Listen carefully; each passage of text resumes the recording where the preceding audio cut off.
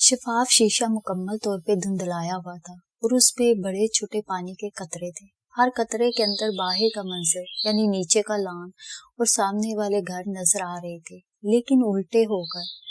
باہر کا منظر الٹا کیسے نظر آ رہا ہے؟ انہوں نے بے یقینی سے اسے دیکھا. وہ مسکرا دی اور شانے اچکا دیے. یہ بارش کے قطرے دراصل آنسو ہیں، اور آنسو تب نکلتے ہیں جب ہمارا دکھ ہمیں ہماری ساری زندگی الٹا کے دکھائے. کشمالا، یہ امیزنگ آرٹ ہے، امیزنگ. وہ خوشی سے اس کی طرف مڑے.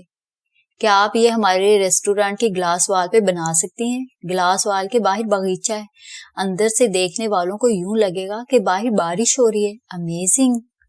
میں بنا سکتی ہوں، لیکن اس میں کافی وقت لگے گا. میری امی بیمار ہیں تو میں صرف دن کے 2 گھنٹے کام کر سکتی ہوں. وہ اپنی شرائط بتا رہی تھی. اوشین چھوڑنے کے بعد وہ پہلا دن تھا جب مالا کو لگ رہا تھا کہ وہ پھر سے جینے لگی ہے. اس کی زندگی بیکار نہیں تھی، وہ کام کرنے لگی ہے، وہ پھر سے اپنا کیریئر بنا سکتی ہے. ماں تندرست ہو رہی تھی اور اب سب کچھ اپنی جگہ پہ آ جائے گا. اس کی یہ خوشی چند گھنٹے کی مہمان رہی، کیونکہ دوپہر میں اسے محسوس ہوا کہ ماں کو بخار ہو رہا ہے. وہ سانس بھی قدرے زور سے لے رہی تھی، جیسے پھیپھڑے زور لگا رہے ہوں. اس نے معید کے کہنے پہ انہیں پیناڈول دے دی. خود وہ ساری رات کی جاگی ہوئی تھی، ماں کے ساتھ ہی سو گئی. مغرب کے وقت اس کی آنکھ کھلی تو فوراً چونک کے سیدھی ہو بیٹھی. ماں بھی سو رہی تھی. اس نے آگے بڑھ کے ماں کے ماتھے کو چھوا. وہ اب زیادہ گرم تھا. ایک ریفلیکس سیٹ ہو چکا تھا. ادھر ماں کو ذرا سا کچھ ہو، ادھر معید کو کال. معید، ماں کو بخار ہے. وہ اپنے کمرے میں تھا، نیند میں بولا. کتنا بخار ہے؟ مجھے کیا پتا کتنا ہے. ڈاکٹر کو کبھی یہ نہیں بتاتا مالا کہ کسی کو بخار ہے، ہمیشہ یہ بتاتے ہیں کتنا بخار ہے. تم تھرمامیٹر لگاؤ، میں آ رہا ہوں.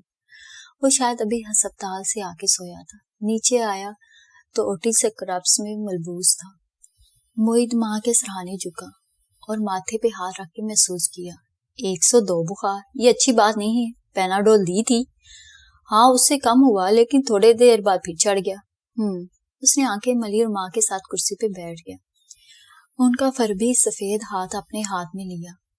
بار بار پرک کرنے سے ان کے ہاتھوں اور بازوں پہ نشان اب نیلے جامنی ہوتے جا رہے تھے. معید سوچتی نظروں سے انہیں دیکھے گیا. وہ غنودہ سی نظر آ رہی تھی. انہیں کیا ہو رہا تھا؟ کل ٹیسٹ ریزلٹس بھی بہتر تھے، انفیکشن بھی نہیں لگ رہا. CSF بھی سیٹل ہو رہا ہے. پھر ماں کو بخار کیوں ہے؟ اور ماں کا تنفس بھی کیوں اکھڑ رہا ہے؟ سوچتے سوچتے اس نے دوسرا ہاتھ ماں کی پنڈلیوں پہ پھیرا جو لحاف کے نیچے تھی. ایک دم وہ تیزی سے جھٹکا کھا کے اٹھا، زور سے لحاف ہٹایا اور ماں کے پانچے اوپر کیے. ان کی سفید پنڈلیاں برہنہ تھی. مالا. معید کا سانس رک گیا. ماں کی جرابیں کہاں ہیں؟ ماں تنگ ہو رہی تھی تو میں نے اتار دی. کب اتاری؟ وہ تیزی سے 5 انگلیوں سے ان کی پنڈلیوں کو دبا کے کچھ محسوس کر رہا تھا. 2 دن پہلے. معید نے چہرہ اٹھا کے بے یقینی سے اسے دیکھا. مالا، میں نے تمہیں کہا تھا وہ جرابیں نہیں اتارنی. تم نے نہیں کہا تھا، اور ماں کو گرمی ہو رہی تھی، مجھے لگا تم پہنا دو گے. مالا. اس نے کرا کے ضبط کیا. پھر وہ کچھ نہیں بولا. وہ بس وہاں سے اٹھا. ان کی پنڈلیوں کو ہاتھ نہیں لگانا، میں آ رہا ہوں.